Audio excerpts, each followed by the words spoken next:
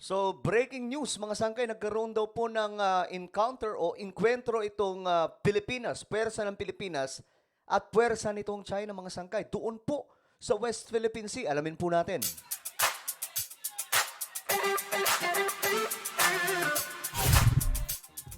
Yo, what's up guys? This is me, Sangkay Janjan, and I'm back for another vlog today. Kamusta po kayo? Sa lahat po ng mga solid sangkay, mag-comment po kayo ng hashtag solid sangkay kasama po ang inyong mga lugar. At para po magkakilala po tayo mga sangkay, alright? So ayun nga po, may breaking news ngayon. Mayroon daw pong ginawa itong China no, sa ating mga kasundaluhan, sa Navy po mismo. Ang pagkakaalam ko po mga sangkay, naka-helicopter po yung Navy. Then, itong helicopter po ng China mga sangkay ay bigla pong dumikit. So, ito po yung aalamin po natin ngayon. Well, anyway, before we start, pakisubscribe po muna yung ating YouTube channel. Tayo po ay 1.4 million subscribers na dito sa YouTube. Road to 2 million subscribers na po tayo. Parami po tayo ng parami. So, kung ikaw ay hindi pa po nakakapag-subscribe, makikita nyo po yung subscribe button sa baba ng video na to. I-click nyo lamang po yan, then click the bell and click all. Sa mga nanonood po sa Facebook, i-follow nyo po yung ating Facebook page. Okay, ito nga po ang nangyayari daw, mga sangkay. Ayan. Nagkaroon po ng encounter. Itong helicopter, mga sangkay, ng China at itong sasakyang panghimpapawid din po ng Pilipinas. So, tingnan po natin. So, ayan, no? Makikita nyo mga sangkay. Tapos lalapit ulit siya. Hindi, nag-cross talaga siya dito. Para 8:40. Tapos siya sa harap natin. Yan o. Inulit niya. O, kita nyo mga sangkay, oh, lalapit ulit siya.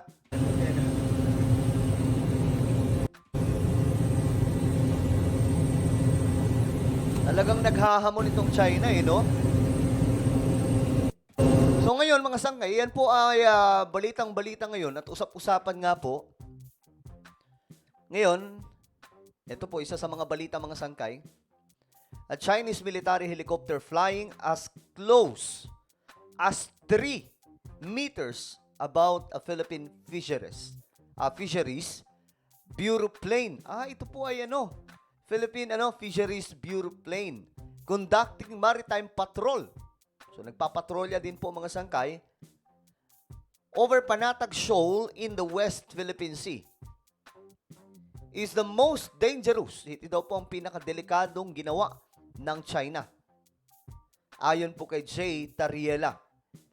Kasi ayon po dito sa kanya, it could have led to disaster kung halimbawa mga sangkay, dumikit pa po ito masyado. Tingnan po natin. Ayan po. Ayan po mismo yung helicopter. So, plane ang gamit ng Pilipinas na dinikitan po nito. So, talagang hindi na po maganda itong ginagawa ngayon itong mga Chinese, no? At nakakalungkot po dito, may ilan po tayong mga kababayan na suportado itong ginagawa ng China. Alam nyo na siguro yun, mga sangkay, kung sino-sino ang mga yan. No? Kahit hindi na po natin banggitin, alam nyo na yan kung sino-sino po ang in favor sa Chinese. Pinangalandakan pa nga po nila dito, mga sangkay, na sinasabi po nila, galit na galit ka sa China, pero mga gamit mo naman galing sa China. So what?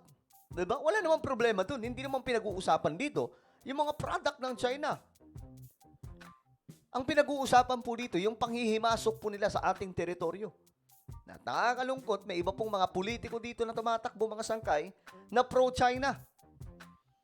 At imbis po na magkaisa tayo na tulungan po ang Pilipinas na maprotektahan ang sariling atin, sila po mismo ang naghahamak sa ating sariling bayan. Alam nyo na yan, mga sangkay. Pangalanan nyo na lang sa comment section kung sino-sino ang mga yan. Pero ayun na nga po, nakakalungkot itong ginagawa ng China. Eto, mga sangkay, nagsalita po ito po si Tariela. Ito po ay nakabanggaan ni Marcoleta. Dahil nga po sa issue ng West Philippine Sea at itong taong to talagang matikas mga sangkay. Hindi po inatrasan si Marcoleta. O tingnan po natin ang pahayag niya. Safe distance. Dahil alam naman natin how dangerous it will be. Konting banggaan lang, no? With that close proximity Oh, 'di ba mga sangkay? can lead to disaster. Oh. Kasi kung titingnan nyo to, ang lapit lang mga sangkay, oh. Nilapitan pa po mismo. Ayan, oh. Lumapit, tapos umatras kaunti. Nabala niyo? Tapos, Record mo din. buboy na ulit yan mga sangkay. Oo. Hindi, nag-cross talaga siya dito. Lalapit ulit. 8:40. Nag-cross siya sa harap natin. O, tingnan nyo yan mga sangkay. Lalapit pa ulit yan. Yan, o. Inulit niya. Inulit niya. Diba, napakadelikado na ito mga sangkay na. Yung ano nga, diba, yung eroplano at saka helicopter doon po sa US, anong nangyari? So talagang naghahanap po ng gulo itong China eh. Ngayon mga sangkay, tingnan po natin yung komento ng ating mga kababayan. Ito. Aha. Atras lang po natin ng kaunti. Wait lang. Ayan. Okay na to. So, tingnan po natin yung komento ng ating mga kababayan kung ano po ang kanilang reaksyon po tungkol po dito sa ginawa ng China. Sabi naman ng isa dito, natutuwa mga DDS na Gigi, mga sundalo natin, palibhasa mga kampi sa China. Ito po yung mga comment nila mga sangkay. Yan ang tunay na Duterte legacy. No vote para sa padapa candidates PDP. Galit na galit kayo sa DDS, wala naman yan sa dati. Wala naman yan dati, ngayon lang naman yung adik na leader.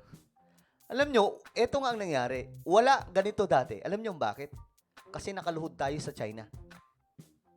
Dati, nakaluhod po tayo sa China eh. Ang sabi po noon, mga sangkay, di ba? Tropa ang China. Kaibigan daw ang China. Pero anong nangyari, mga sangkay?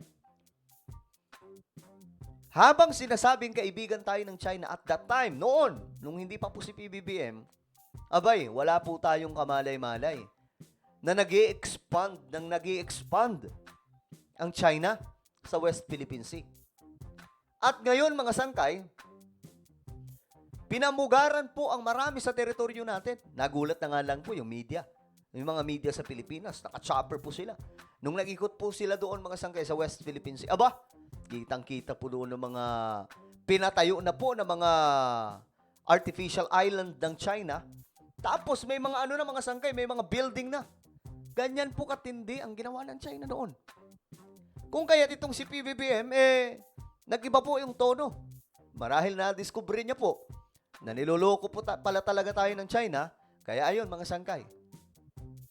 Iniwanan, binitawan po ang China.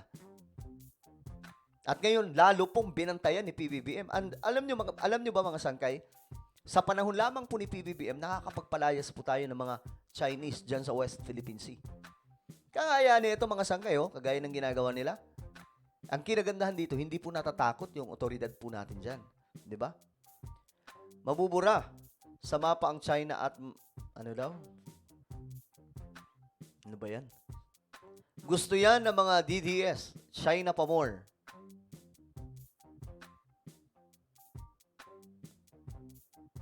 Estilo nila yan, inisin ang PCG para magkagulo at malilihis na ang usapin sa confidential fund. Ganyan kayo, China, mga supot naman racket nyo, Okay. So, well, ito po ay mahalagang usapin. Actually, mga sangkay, lalong-lalo na po yung ngayong mag-i-eleksyon na. I advise, huwag kayong boboto sa mga kandidato na pabor sa China. Yun lang po. Kasi, kita nyo na, gusto nyo ba maging probinsya ulit tayo ng China? O hayaan po natin na manalaytay na naman po ang kapangyarihan ng China sa ating bansa habang kinakamkam ang ating teritoryo? Ganun lang naman po kasimple, mga sangkay. Tingnan nyo, anong ginawa nila dito? Ano po ang inyong opinion, mga sangkay? Oh? Tingnan nyo, Less than, ano na lang yun. nilapitan pa po mismo yung dinikitan ng ating pambihira. Oras. Oo. Hindi, lacrosse talaga siya dito. Para. Ano na itong ginagawa ng China, no? Talagang hindi na po maganda. So sana, again, tayo mga Pilipino, maging ano tayo? Ano tawag dito? Maging mapagbantay ba? At saka wag po tayong maniniwala sa mga propaganda ng iba dyan. At kundinahin po natin itong ginagawa ng China. Well, ano po ang inyong opinion? Just comment down below. Mayroon po tayong YouTube channel. Ito po ay Tatak Marcos Projects PBBN. Dito nag-upload po tayo ng mga vlogs patungkol po sa mga Tatak Marcos Project ni Pangulong Bongbong Marcos. Kung gusto niyo ng kaalaman tungkol dyan, then hanapin niyo po ito sa YouTube ngayon din. Tatak Marcos Projects PBBM, then click the subscribe, click the bell, and click all. Alright? So ako na po ay magpapaalam, mag-iingat pong lahat. God bless everyone.